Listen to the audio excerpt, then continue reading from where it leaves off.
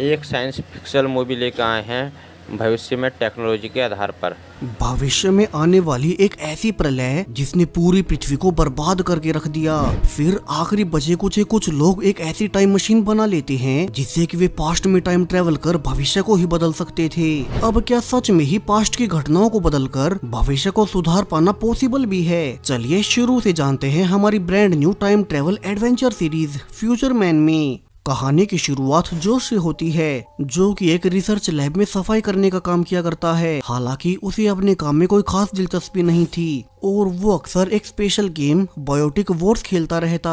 दरअसल इस गेम की कहानी साल 2160 में सेट है, जब इंसानी प्रजाति लगभग खत्म होने के कगार पर थी। एक बायोटिक नाम की कंपनी ने एक ऐसा वायरस बना लिया जिसने पूरी दुनिया ही तबाह कर दी। उससे पृथ्वी के ज्यादातर इंसान खत्म हो गए और अब थोड़े बहुत इंसानों का एक छोटा सा ग्रुप बचा है जो कि इन बायोटिक से लड़कर इंसानों को बचाना चाहते हैं। अब इस गेम को आज तक कोई कंप्लीट नहीं कर सका, तो इसलिए जोश अपने फ्री टाइम में अक्सर इसे ही खेलता रहता। वहीं जोश इसके अलावा अपनी रियल लाइफ में कभी कुछ खास नहीं कर सका। वो अभी एक साइंस लैब में सिर्फ सफाई करने का काम करता है। यहीं एक जेरी नाम के एम्प्लॉय उसे बहुत पसंद भी थी, मगर वो उसे कभी प्रपोज नहीं कर सका क्योंकि उसे डर था कि जेरी जो कि एक वैज्ञानिक है, वो उस जैसे जेनेटर से रिलेशनशिप क्यों ही रखेगी भला। वही हमेशा की तरह आज भी जब कमीलो नाम का एक दूसरा वैज्ञानिक जोश का मजाक उड़ा ही रहा था, तभी इस पूरी लैब का ओनर डॉक्टर क्रोनिश बीच में आकर जोश को बचा लेता है। उसने कहा कि कोई भी काम छोटा नहीं होता और उसकी लैब में आगे से कभी कोई जोश के साथ गलत बिहेव ना करे। अब डॉक्टर क्रोनिश ने जोश को रिवील किया कि असल में उसके चेहरे पर जो निशान बने हैं ये हर्पीस नाम की एक बीमारी के हैं। ये बीमारी उसे साल 1969 में मून लैंडिंग वाली रात को लगी थी, जब वो अपनी जवानी में एक अनजान लड़की के साथ सो गया और उसी से उसे ये बीमारी लग गई। और तभी से डॉक्टर क्रोनिश ने अपने इसी बीमारी का इलाज ढूंढने के लिए ये रिसर्च लैब शुरू की थी और अब तो वो अपने एक्सपेरिमेंट्स को और तेजी से आगे बढ़ाएंगे। अब जोश घर वापस आने के बाद भी वही गेम खेलना जारी रखता है और सरप्राइजिंगली आज उसने कई महीनों के बाद इस डिफिकल्ट गेम के विलन को हराकर गेम कंप्लीट कर ही दिया। उसे यकीन नहीं होता कि वो फाइनली जीत चुका है। उसे इस गेम की मेन कैरेक्टर टाइगर बहुत पसंद थी, तो जोश अब जीतने के बाद उसे ही इमेजिन करने लगा। लेकिन तभी सरप्राइजिंगली अब रियलिटी में ग्लिच होते हुए वही गेम की कैरेक्टर टाइगर एक और दूसरे मेंबर वुल्फ के साथ रियल में ही जोश के सामने आ गए। अब उन दोनों को रियल लाइफ में ह्यूमन फॉर्म में देखकर जोश बुरी तरह से डर जाता है, क्योंकि वे दोनों तो गेम के कैरेक्टर्स थे, तो फिर वे बाहर कैसे निकल आए। टाइगर अब जल्दी से उसे शांत करते हुए रिवील करने लगती है कि कैसे जिस गेम को जोश अब तक साइंस फिक्शन समझकर खेल रहा था वो सब फ्यूचर में सच होने वाला है। सच में एक बायोटिक नाम की कंपनी एक ऐसा वायरस बना लेगी जो कि एक झटके में दुनिया तबाह कर देगा। सो फ्यूचर यानी कि साल 2160 में टाइगर और वुल्फ जैसे आखिरी बचे इंसानों ने पृथ्वी की तब की सिचुएशन पर एक गेम डिजाइन किया और उसे पास्ट में भेज दिया ताकि वे अपने डार्क फ्यूचर की जानकारियां पास्ट में भेज सकें और दुनिया को तबाह होने से रोक सकें। और अब चूंकि जोश ने इस गेम को खेलकर कंप्लीट कर लिया है, तो अब वे उसकी मदद लेकर पास्ट में उस समय में टाइम ट्रेवल करेंगे जब बायोटिक कंपनी की शुरुआत हुई थी और वे पास्ट को बदलकर दुनिया बचा लेंगे। हालांकि अब शुरू में जोश को उनकी बातों का भरोसा नहीं होता, लेकिन तभी टाइगर अपने पास से एक टाइम मशीन निकालती है और वे दोनों जोश के साथ टाइम ट्रेवल करते हुए पूरे 48 साल पास्ट में आ गए। अब जोश ने देखा कि उसका रूम भी पूरी तरह से बदल चुका है। तभी उसने बाहर निकलकर देखा कि अब उसके पिता जो कि जवान हैं, उन्हें उसके ग्रैंड पेरेंट्स डांट रहे थे कि वो ज्यादा पार्टी न करे। हालांकि वे तीनों अब जोश को देख उसे चोर समझने लगते हैं और उन्होंने उस पर अटैक कर दिया। जोश अब किसी तरह से उनसे बचते हुए अपने घर से बाहर निकलता है और वो ये देखकर हैरान रह गया कि वो तो सच में ही साल 1969 में आ चुका है। अब टाइगर और उसका साथी वुल्फ जोश को एक रेस्टोरेंट में बैठाकर सब समझाने लगते हैं, जहाँ पहले तो वुल्फ जी भरकर खाने लगा, क्योंकि भविष्य के जिस समय से वे आए थे तो वहाँ तो उन्हें चूहे तक मारकर खाने पड़ते थे। जिसके बाद अब उन्होंने जोश को सब समझाना शुरू किया कि कैसे आज वही मून लैंडिंग की रात है और आज वे उस वैज्ञानिक को ही जान से मार देंगे जो कि भविष्य में जाकर बायोटिक कंपनी की शुरुआत शुरुआत करेगा और वायरस बनाएगा, और उस वैज्ञानिक का नाम क्रोनिश है। वहीं क्रोनिश जिसकी लैब में जोश अपने प्रेजेंट टाइम में काम किया करता था। अब ये सुनकर तो जोश को बिल्कुल यकीन नहीं होता कि डॉक्टर क्रोनिश, जो कि बहुत दयालु हैं, उन्होंने कितनी बार उसकी मदद की, वहीं फ्यूचर में जाकर दुनिया को तबाह करने का जिम्मेदार बनेगा। अब टाइगर और वुल्फ उसे रिवील करते हैं कि क्रोनिश की लैब में जो वैज्ञानिक रिसर्च कर रहे हैं, उसी रिसर्च के दौरान वे फ्यूचर में जाकर बायोटिक्स की शुरुआत करेंगे और सब कुछ उस वायरस की शुरुआत वहीं से होगी। तो अब वे इसी समय में यंग क्रोनिश को जान से मार देंगे और दुनिया का फ्यूचर बदल देंगे। हालांकि अब जोश उनके इस फैसले के बिल्कुल खिलाफ हो गया। उसने कहा कि वे किसी को मार नहीं सकते। तभी उसे याद आया कि डॉक्टर क्रोनिश ने खुद उसे बताया था कैसे आज की रात एक लड़की से यंग डॉक्टर क्रोनिश को बीमारी लग जाएगी और उसी का इलाज ढूंढने के लिए वे फ्यूचर में लैब शुरू करेंगे। सो अब जोश के अनुसार अगर वो आज की रात डॉक्टर क्रोनिश को उस लड़की के साथ सोने ही ना दें, तो ना ही उन्हें वो बीमारी लगेगी और ना ही वे कभी लैब खोलेंगे। तभी गलती से जोश उन दोनों के फ्यूचर डिवाइस को ऑन कर देता है, जिससे कि हर ओर भगदड़ मच गई और उन तीनों को लुटेरे समझते हुए दो पुलिस ऑफिसर्स उन्हें पकड़ने आने लगे। वहीं जोश भी जब टाइगर और वुल्फ के साथ निकल ही रहा था कि तभी उनके सामने पुलिस की गाड़ी आ गई और वुल्फ अब बचने के लिए उनकी गाड़ी के नीचे एक बॉम्ब ब्लास्ट कर देता है, जिस ब्लास्ट में एक ऑफिसर जॉर्ज वहीं मारा गया, जबकि उसका दूसरा साथी ऑफिसर जीवित बच गया। तो वहीं तीनों अब जल्दी से भागकर उसी पार्टी की लोकेशन तक पहुंच जाते हैं, जहां अब जोश के अनुसार वो अकेला अंदर जाकर यंग क्रोनिश को उस लड़की के साथ सोने से रोकेगा। हालांकि वुल्फ तो अब यंग क्रोनिश को देखकर उसे जान से मारना चाहता था। वो भविष्य को लेकर कोई रिस्क नहीं ले सकता, लेकिन जोश उन दोनों को बाहर ले गया क्योंकि उसे खुद पर पूरा भरोसा था कि वो आज की रात इवेंट्स को चेंज कर पृथ्वी का भविष्य बदल देगा और दुनिया बचा लेगा। वहीं उसे इसके लिए क्रोनिश को जान से मारने की जरूरत नहीं। जोश अब बाहर से एक स्पेस सूट पहनकर अंदर पार्टी में चला जाता है, जहाँ की उसे पार्टी में मौजूद लोगों के बीच यंग क्रोनिश उस लड़की के साथ दिख ही गया। सो जोश अब जल्दी से उन दोनों के पास जाकर उन्हें आपस में बात करने से रोकने लगता है। हालांकि इसका कोई फायदा नहीं होता। यंग क्रोनिश तो आज की रात उस लड़की के साथ सोने के लिए ही घर से निकला था, सो उसने जोश को इग्नोर कर दिया। जोश अब बात बिगड़ते देख उस लड़की के सामने डांस कर उसे इम्प्रेस करने लगता है और उसका ये आइडिया काम भी किया। वो आज की इस पूरी पार्टी में फेमस हो जाता है। वहीं बाकी लड़कियों के साथ साथ क्रोनिश के साथ वाली लड़की भी जोश से इम्प्रेस हो गई और क्रोनिश को इससे बहुत गुस्सा आता है। हालांकि इसी बीच जोश ने गलती से अपना आईफोन, जो कि वो फ्यूचर से लाया था, वो इस समय के एक आदमी के पास छूट गया और जोश इससे बेखबर अपना मिशन पूरा कर अब जल्दी से जाकर वुल्फ और टाइगर के साथ फिर से टाइम ट्रेवल करते हुए अपने प्रेजेंट टाइम यानी कि साल 2017 में वापस आ जाता है। अब यहाँ कर तीनों बहुत खुश थे। फाइनली जोश ने अपना काम पूरा कर लिया और शायद से पूरा फ्यूचर भी बदल चुका है। लेकिन तभी उन तीनों के सामने से एक बस गुजरती है, जिस पर कि उन्होंने ध्यान दिया कि यहाँ तो डॉक्टर क्रोनिश की लैब का पोस्टर लगा हुआ था, यानी कि वो लैब तो अभी भी मौजूद है, बल्कि अब तो वो और ज्यादा फेमस हो गई। टाइगर और वुल्फ दोनों ये देखकर बहुत गुस्सा होते हैं। उन्होंने वुल्फ को पहले ही कहा था कि उन्हें यंग क्रोनिश को जान से मार देना चाहिए था, लेकिन वो नहीं माना। अब जोश उन दोनों को अपने घर ले जाता है ताकि वे इस बारे में अकेले में बैठकर अच्छे से डिस्कस कर सकें। इसी बीच जोश ने नोटिस भी किया कि अब उनके घर पर एक गन रखी हुई थी और ये गन पहले वाली टाइमलाइन में नहीं थी। तभी जोश के पूछने पर उसके पिता ने रिवील किया कि कैसे साल 1969 में एक बार उनके घर पर एक अनजान लड़का घुस आया था और उससे उनकी लड़ाई भी हुई, जिसके बाद वे हमेशा अपने घर पर एक गन रखा करते हैं। अब जोश समझ गया कि ये तो सेम वही घटना है जो कि उसी की वजह से पास्ट में हुई थी और अब उसका असर इस नए फ्यूचर पर पड़ गया है। इतना ही नहीं, जोश को दूसरे बड़े चेंजेस भी दिखने लगे कि कैसे अब इस नए फ्यूचर में आईफोन्स का नाम बदलकर ब्लैक एप्पल हो चुका है, यानी कि जब वो 1969 में अपना आईफोन गलती से पास्ट में भूल आया था, तो जिसे वो आईफोन मिला था उसने उस फोन की कॉपी कर अपने नाम से बेचना शुरू कर दिया और इस नए फ्यूचर में वही ब्लैक एप्पल का ओनर है। अब जोश सब समझ चुका था कैसे पास्ट में किया गया छोटा सा चेंज फ्यूचर को बहुत भयानक तरीके से बदल देता है। लेकिन उसे अभी ये समझ नहीं आता कि उसने तो यंग क्रोनिश को उस लड़की के साथ सोने से रोक दिया था, तो फिर भी उसे वो बीमारी क्यों हुई और उसकी लैब वैसे की वैसे क्यों है। हालांकि इस बार टाइगर और वुल्फ ने कहा कि वे इसी वक्त में डॉक्टर क्रोनिश को मार देंगे, क्योंकि उन्हें और ज्यादा टाइम ट्रेवल करने के लिए हर बार 2 दिन के लिए रुकना ही पड़ता है। उनकी मशीन से एक बार टाइम ट्रेवल करने के बाद उस मशीन को दोबारा रीसेट होने के लिए कुछ और समय चाहिए होता है, तो वे इसी समय में डॉक्टर क्रोनिश को मार देंगे। दोनों अब जोश को लेकर उसकी लैब में पहुंच गए, जहां की जोश पहले उन दोनों को बाहर इंतजार करने का कहकर खुद अकेला लैब के अंदर जाता है। यहाँ उसने सबसे पहले डॉक्टर क्रोनिश से मिलकर पूछा कि उन्हें ये बीमारी कैसे हुई। अब डॉक्टर क्रोनिश ने बताया कि कैसे साल 1969 की पार्टी वाली रात को एक लड़की ने उसे धोखा दे दिया था और वो किसी और के पीछे चली गई, जिसके बाद उसका दिल टूट गया और वो गुस्से में आने वाले कई सालों तक बहुत सारी लड़कियों के साथ सोते रहे और उन्हीं में से किसी से उसे बीमारी लग गई। इसके बाद फिर से सेम वही उसने अपनी बीमारी का इलाज ढूंढने के लिए ये लैब शुरू की। अब जोश जानता था कि बाहर खड़े टाइगर और वुल्फ डॉक्टर क्रोनिश को देखते ही मार देंगे, तो वो डॉक्टर को यहीं छुपने को कहता है, ये कहकर कि उसने बाहर कुछ खतरनाक लोगों को देखा था और वो भी बाहर न निकले।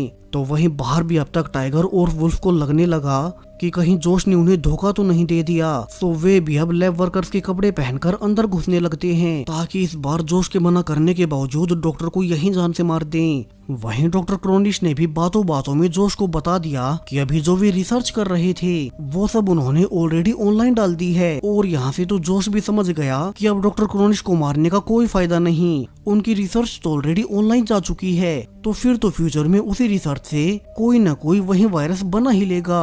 तभी उसने ध्यान दिया कि टाइगर और वुल्फ दूर से ही डॉक्टर क्रोनिश पर निशाना लगा रहे थे, तो वो अब जल्दी से खुद आगे आकर डॉक्टर क्रोनिश को मरने से बचा लेता है। उसे अब भी भरोसा था कि वो डॉक्टर क्रोनिश को बचाकर दुनिया बचा सकता है। हालांकि जब वो अपने दोनों साथियों को समझाने गया कि वे डॉक्टर क्रोनिश को ना मारे, उन्होंने ऑलरेडी अपनी सारी रिसर्च ऑनलाइन डाल दी है, तो भी वुल्फ और टाइगर कहते हैं कि अब इससे कोई फर्क नहीं पड़ता, उन्हें अब कैसे भी करके फिर से पास्ट में जाकर डॉक्टर क्रोनिश को पैदा होते ही मारना होगा, क्योंकि उस वायरस की रिसर्च की शुरुआत डॉक्टर क्रोनिश से ही होती है, तो बिना उन्हें मारे वे दुनिया नहीं बचा सकते। हालांकि अब इस बार तो जोश को भी लगा कि उसे सिर्फ एक आदमी के लिए पूरी दुनिया की फ्यूचर को खतरे में नहीं डालना चाहिए, लेकिन अब उन्हें सबसे पहले ये पता करना था कि डॉक्टर क्रोनिश किस जगह पर किस समय पर पैदा हुए थे, ताकि वे ठीक उसी समय में उसी जगह पर जा सके और उन्हें बचपन में ही मार सके।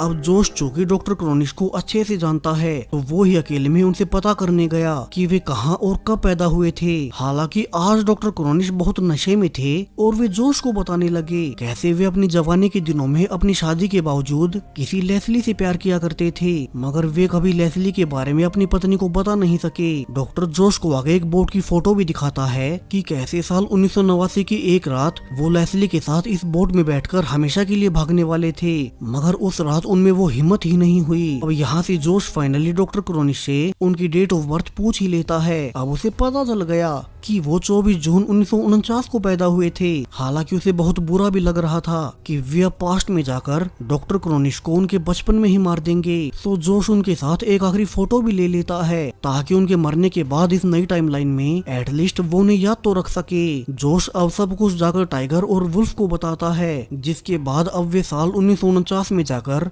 डॉक्टर क्रोनिश को बचपन में ही मारने के लिए तैयार हो गए। तो वहीं अब तक पुलिस डिपार्टमेंट भी टाइगर और वुल्फ की तलाशी करना शुरू हो चुका था, क्योंकि जब वे दोनों डॉक्टर की लैब में घुसे थे तब लैब के कैमरास ने उन दोनों की फोटोज ले ली और अब पुलिस उन दोनों को ट्रेस करते हुए उन्हें पकड़ने लगती है। वहीं जोश, टाइगर और वुल्फ तीनों अब पुलिस से भागते हुए आखिरकार एक पहाड़ की चट्टान तक पहुंच जाते हैं। अब यहाँ से आगे वे कहीं नहीं जा सकते और वे समझ गए कि अगर वे और ज्यादा यहाँ रुके तो मारे जाएंगे। सो जोश अब जल्दी से टाइगर से टाइम मशीन लेकर बाकी दोनों साथियों के साथ फिर से पास्ट में टाइम ट्रेवल कर जाता है। यहाँ शुरू में उन्हें लगा कि वे साल 1949 में आए होंगे, लेकिन जल्दी वे समझ गए कि जोश जो कि टाइम मशीन को ऑपरेट कर रहा था वो तो जानबूझकर उन्हें साल 1989 में ले आया है। वहीं अब उनके टाइम मशीन के रीसेट होने में 2 और दिन लगेंगे, वे इसके पहले फिर से टाइम ट्रेवल भी नहीं कर सकते। अब टाइगर और वुल्फ दोनों जोश पर बहुत गुस्सा थे, लेकिन जोश ने उन्हें समझाया कि उसे छोटे क्रोनिश को मारना सही नहीं लग रहा था, इसलिए उसने ऐसा कर दिया। जोश ने आगे बताया कि इस बार उसके पास एक दूसरा प्लान है। उसे डॉक्टर ने खुद बताया था कि वो शादी के बाद भी लेस्ली नाम की एक दूसरी लड़की से प्यार करता था और अगर वो आज के दिन उन दोनों को मिलवा दे तो डॉक्टर क्रोनिश उस लड़की के साथ हमेशा के लिए अमेरिका छोड़ देंगे। अब जोश के अनुसार आज वो खुद जाकर क्रोनिश की पत्नी को उसके लेस्ली से अफेयर के बारे में बताएगा, जिसके बाद क्रोनिश अपनी पत्नी को छोड़कर लेस्ली के साथ हमेशा के लिए चले जाएंगे और फिर ना ही वो लैब बनेगी और ना ही फ्यूचर में पृथ्वी तबाह ही होगी। अब टाइगर तो वैसे ही कुछ नहीं कर सकती, टाइम ट्रेवल डिवाइस भी अभी रिसेट नहीं हुआ था, सो उसे ना चाहते हुए भी जोश की बात माननी ही पड़ती है। वही वुल्फ तो अब इस समय में आकर बहुत खुश हुआ और उसने फैसला कर लिया कि अब से वो फ्यूचर की चिंता नहीं करेगा। उसे भला फ्यूचर में जाने की अब कोई जरूरत ही नहीं। सो अब उसने तय किया कि वो अपने मिशन को यहीं पर छोड़कर खुद अकेला इसी समय में रुक जाएगा। वहीं जोश अब यंग क्रोनिश के घर में घुसकर ये देखने लगता है कि उसका जिस लेस्ली नाम की लड़की के साथ अफेयर चल रहा था वो कैसी होगी। हालांकि अब जोश ये जानकर हैरान रह गया कि क्रोनिश का जिस लेस्ली के साथ अफेयर चल रहा था वो एक लड़की नहीं बल्कि लड़का था। हालांकि जोश का प्लान अब भी नहीं बदलता और वो ये सारी बातें क्रोनिश की पत्नी को बता देता है ताकि वो उसे छोड़कर चली जाए। तो वहीं दूसरी ओर टाइगर वुल्फ को बना रही थी कि वो अपना मिशन न भूले। अगर वे कामयाब नहीं हो पाए तो उनके साथियों का क्या होगा। लेकिन अब वुल्फ ने कहा कि अब से वो सिर्फ अपने बारे में ही सोचेगा और वो यहीं इसी समय में रुकना चाहता है। तो वहीं दूसरी ओर अब जोश गुस्से में एक गन के साथ यंग क्रोनिश के पास गया और वो उसे गन पॉइंट पर उसी बोट के पास ले जाता है जहां भविष्य में उसने उसके भागने की बात कही थी। अब इस टाइम के क्रोनिश को कुछ समझ नहीं आता कि ये अनजान आदमी भला उसे अमेरिका से बाहर क्यों भेजना चाहता है। जिसके बाद अब जोश ने फाइनली उसे सारी सच्चाई बता ही दी। कैसे असल में वो साल 2017 से टाइम ट्रेवल कर इस समय में आया है ताकि क्रोनिश को एक रिसर्च लैब खोलने से रोक सके, क्योंकि उसी की लैब में भविष्य में एक ऐसा वायरस बनाया जाएगा जो कि आने वाले समय में पूरी दुनिया को तबाह कर देगा। हालांकि अब जब यंग क्रोनिश को उसकी बातों का भरोसा नहीं होता तो जोश ने उसे भविष्य की वही फोटो दिखाई जिसमें कि वो ओल्ड क्रोनिश के साथ था। जोश ने यहाँ से उसे अपना सारा टाइम ट्रेवल और पूरा मिशन समझाते हुए रिवील कर दिया कि अगर उसने उनकी बात नहीं मानी तो उसके बाकी के दो साथी जो कि और फ्यूचर से आए थे वे उसे जान से मार देंगे और वो तो बस उनकी जान बचाना चाहता है। अब क्रोनिश ने सब कुछ जानने के बाद जोश को थैंक्स बोला और वो उसे प्रॉमिस करता है कि वो आज की रात लेस्ली के साथ इस बोट में बैठकर हमेशा के लिए यहाँ से कहीं दूर निकल जाएगा, जिसे कि जानकर जोश को बहुत रिलीफ मिला। वहीं कुछ ही देर बाद वहाँ टाइगर भी आ गई और जोश ने उसे सब बताया कैसे उसने आखिरकार क्रोनिश को बहुत दूर भेज ही दिया। हालांकि अब टाइगर उसे एक बुरी खबर देती है कि वुल्फ उनके साथ नहीं जाना चाहता, उसने खुद के लिए इसी समय में रुकने का चुना है। जिसके बाद अब दोनों बिना वुल्फ के ही टाइम ट्रेवल करते हुए फिर से साल 2017 में आ गए, ये देखने की उनका मिशन कामयाब हुआ कि नहीं। लेकिन जब वे पलटे ही थे तो जोश ने ध्यान दिया कि अब तो यहाँ एक बहुत बड़ी बिल्डिंग आ चुकी है जिसके ऊपर क्रोनिश लैब का लोगो था और ये देखते ही टाइगर जोश पर बुरी तरह से भड़क उठी। उसने रिवील किया कि ये बिल्डिंग क्रोनिश बायोटेक असल में साल 2070 में शुरू होनी थी जिसमें कि वो वायरस बनेगा, लेकिन अब इस नई टाइमलाइन में ये कंपनी साल 2017 में ही आ गई। यानी कि जोश ने इस बार भी पास्ट में जाकर भविष्य की बर्बादी को टाला तो नहीं बल्कि उल्टा उसे और जल्दी से शुरू कर दिया। अब टाइगर जोश से पूछती भी है कि उसने साल 1989 में जाकर यंग क्रोनिश को क्या क्या बताया था, जिस पर जोश ने कहा कि उसने उसे उसका सारा भविष्य बता दिया था, साथ में फ्यूचर में जो वायरस फैला था उसने उसका कंप्लीट कंपाउंड फॉर्मूला भी बता दिया ताकि डॉक्टर क्रोनिश उसे भविष्य में जानबूझकर न बनाए। यानी कि जो भी जोश ने यंग क्रोनिश को फ्यूचर की जानकारी दी थी वो भी इसीलिए ताकि वो फ्यूचर में वो सब ना करे।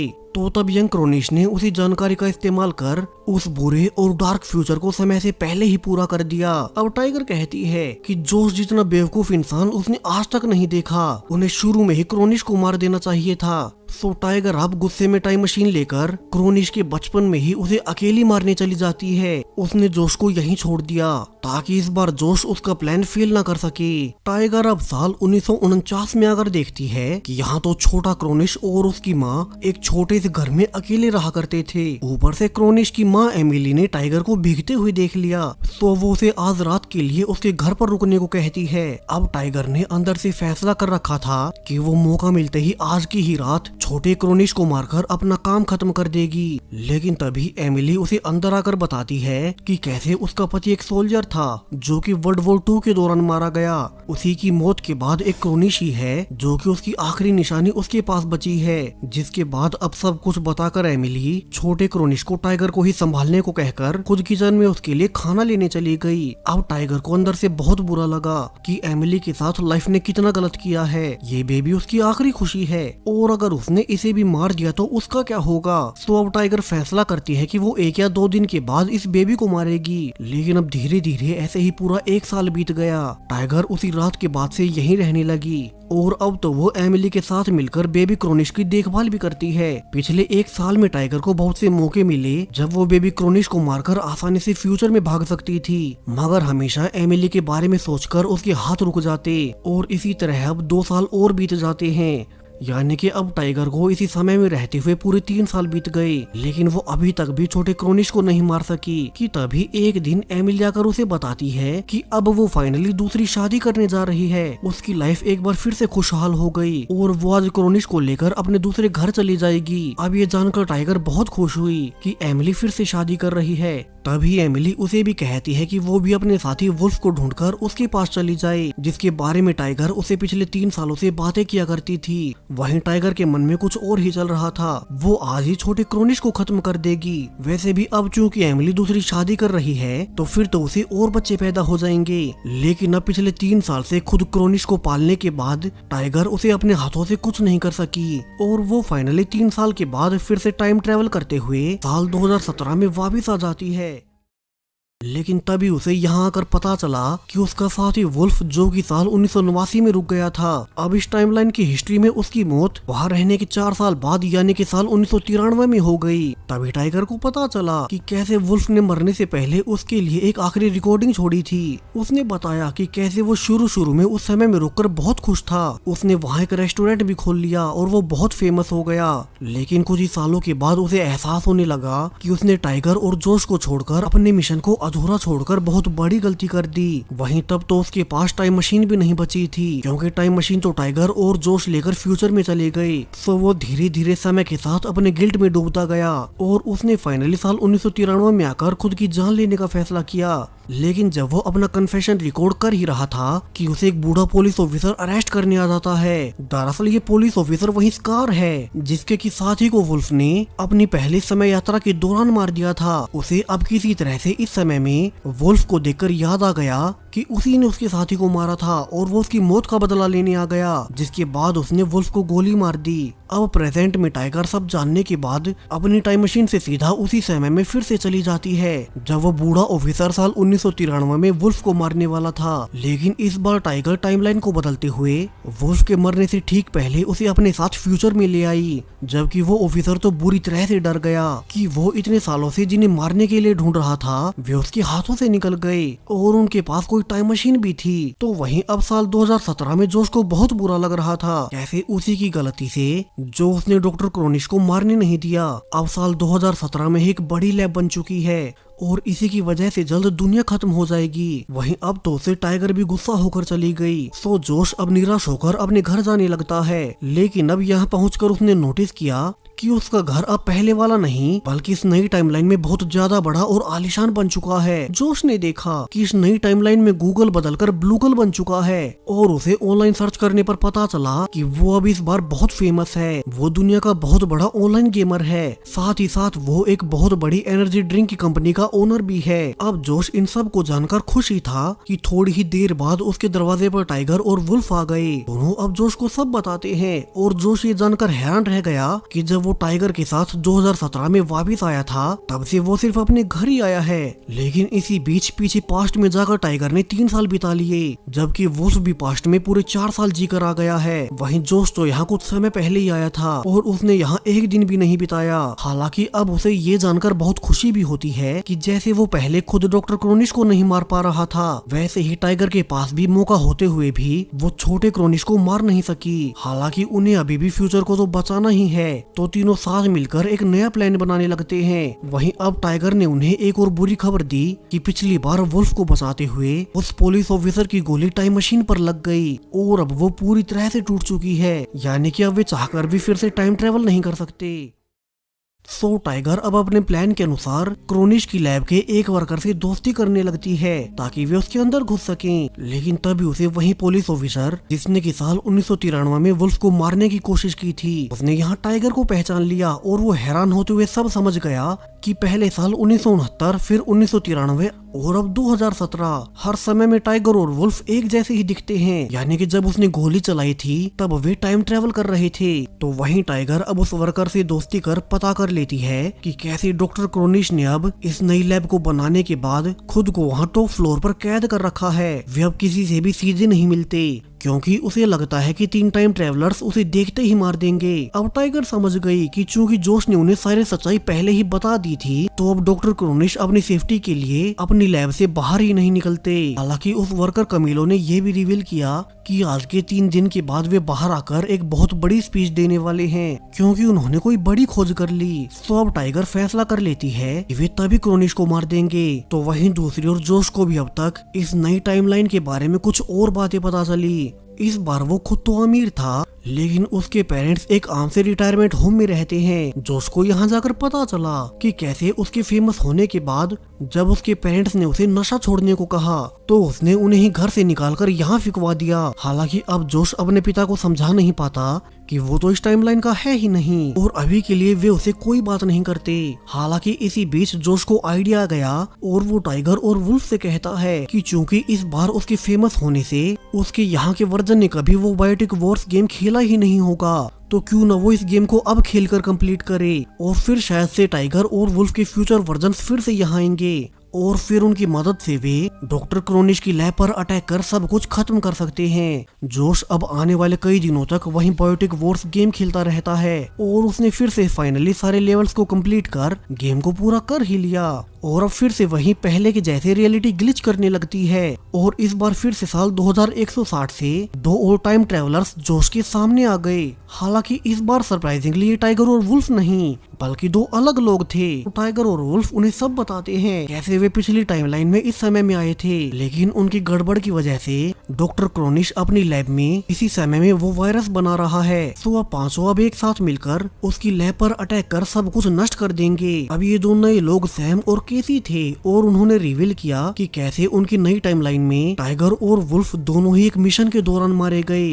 इसके अलावा उनके समय में सिर्फ वे दोनों ही आखिरी इंसानी सर्वाइवर्स बचे हैं। तो अब तो उनका अपने मिशन में कामयाब होना बहुत जरूरी है, वरना तो फिर कुछ नहीं बचेगा। जोश अब बाकी चारों के साथ डॉक्टर क्रोनिश की लैब में घुसने का प्लान समझाने लगता है। कैसे उन्हें 2 टीमों में बंटकर उस लैब में घुसना होगा। पहली होगी अल्फा टीम जिसमें टाइगर और केसी रिसेप्शन पर अटैक करेंगी। फिर नीचे से ब्रेवो टीम में वुल्फ और सैम अंडरग्राउंड में जाकर बॉम्ब्स लगा देंगे और सबको उड़ाने लगेंगे और फिर जोश भी मौका देकर लिफ्ट के जरिए डॉक्टर क्रोनिश के टॉप फ्लोर पर पहुंचकर उन्हें और उनकी रिसर्च को बर्बाद कर देगा। हालांकि अब जब केसी और टाइगर बिल्डिंग में बम लगा ही देते हैं तो उन्होंने ध्यान दिया कि अंदर तो एक बच्ची भी है। सो टाइगर अब बम को बंद करने लगती है क्योंकि वो बच्ची को बचाना चाहती थी और उसे रोकते हुए केसी ने ध्यान दिया कि कैसे टाइगर के गले में छोटे क्रोनिश और उसकी माँ का फोटो लगा था और वो गुस्से में कहती है कि इसलिए टाइगर उसे मार नहीं सकी और अब आगे क्या गारंटी है कि वो डॉक्टर क्रोनिश को मार सकेगी, जिससे कि अब दोनों आपस में ही लड़ने लगती हैं।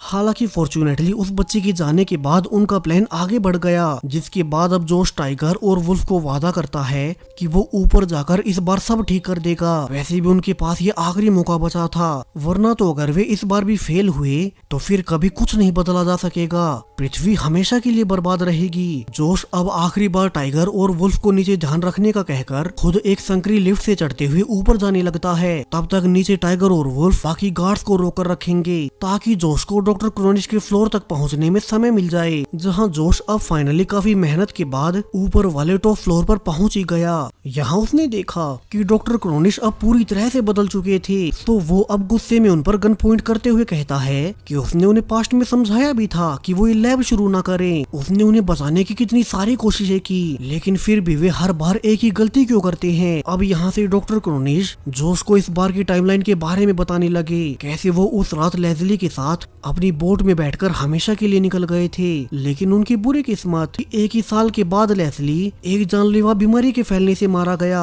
और उसके बाद चूंकि जोश ने पहले ही डॉक्टर क्रोनिश को उसके फ्यूचर के बारे में बता दिया था कि कैसे वो एक लैब बनाएंगे और उसमें अलग अलग एक्सपेरिमेंट्स करेंगे, तो क्रोनिश को लगा कि उसे अपनी डेस्टिनी को पूरा करना चाहिए। वैसे भी वे उस वक्त अकेले रह गए थे, तो उन्होंने फिर से अपनी लैब शुरू की। इस बार तो उसे जोश के द्वारा पहले से पता था कि वो कौन कौन से वायरस बनाने वाला है, सो उसके लिए सब कुछ करना बहुत आसान हो गया। अब ये सुनने के बाद जोश गुस्से में कहता है कि वो उन्हें कई बार बचा चुका है। उसे पहले लगा था कि उसे डॉक्टर क्रोनिश को बदलने का मौका देना चाहिए, मगर वे हर बार दुनिया को खतरे में डालते रहे, चाहे वो उनके लिए कुछ भी कर ले। जोश ने आगे कहा कि बेशक से डॉक्टर को याद न हो, मगर उसकी ओरिजिनल टाइमलाइन में जोश खुद उनकी लैब में सफाई करने का काम किया करता था। तब हर कोई उसका और उसके काम का मजाक उड़ाता, मगर एक वे ही थे जो कि हमेशा उसका साथ देते। और वहीं से उसे उम्मीद मिली कि चूंकि डॉक्टर क्रोनिश उसका साथ दे रहे हैं तो वो भी उनकी जान बचाए, उन्हें मरने ना दे। मगर अब तो वो भी उन्हें बचाते हुए थक चुका है और ये तो उसके पास आखिरी मौका बचा है, वरना तो दुनिया का तबाह होना पूरी तरह से तय है। अब जोश द्वारा डॉक्टर क्रोनिश सब जानने के बाद कि ओरिजिनल टाइमलाइन में वो इतना बुरा नहीं था, तब उसे वो वायरस गलती से बना था, मगर इस बार तो वो जानबूझकर दुनिया बर्बाद करने पर तुला है। डॉक्टर क्रोनिश को अपनी गलती का एहसास होने लगा। जोश तो पहले भी पास्ट में उनकी कई बार मदद करने आया था, लेकिन दोनों समझ गए कि डॉक्टर क्रोनिश के जिंदा होते हुए दुनिया कभी नहीं बच सकती। तो इस बार डॉक्टर क्रोनिश खुद से ही फैसला कर लेते हैं कि वो खुद को और अपनी सारी रिसर्च को यहीं तबाह कर देंगे। वो अब पहले जोश को थैंक्स बोलता है जो उसने उसकी जान बचाने के लिए इतनी कोशिश की, और इसके बाद डॉक्टर क्रोनिश ने अब खुद को एक उसी वायरस वाला इंजेक्शन लगा लिया जिससे कि वे बहुत जल्द मारे जाएंगे। जबकि जोश ने भी जल्दी से उनके ऑफिस में बॉम्ब लगा दिए ताकि इस वायरस की सारी इंफॉर्मेशन डॉक्टर क्रोनिश के साथ यहीं खत्म हो जाए। आज के बाद से इस वायरस के बारे में कभी कोई जान नहीं पाएगा। वहीं नीचे टाइगर और वुल्फ भी समझ गए कि जोश ने अपना काम पूरा कर दिया है और वे ब्लास्ट होने से ठीक पहले टाइम ट्रेवल कर अपने फ्यूचर में यानी कि साल 2160 में वापस चले गए। तो वहीं जोश भी फाइनली सब कुछ तबाह कर सेफली बाहर निकल ही आता है। उसने फाइनली दुनिया को बचा ही लिया। अब कभी कोई वायरस नहीं बनेगा और न ही दुनिया तबाह होगी। ऊपर से एक और अच्छी बात कि इस नई टाइमलाइन में वो बहुत अमीर है। वहीं जोश ने अपने पेरेंट्स को भी मना लिया और अब वे साथ मिलकर हमेशा बहुत खुश रहेंगे। और इसी हैप्पी एंडिंग के साथ ये पूरी ही सीरीज यहीं पर खत्म हो जाती है।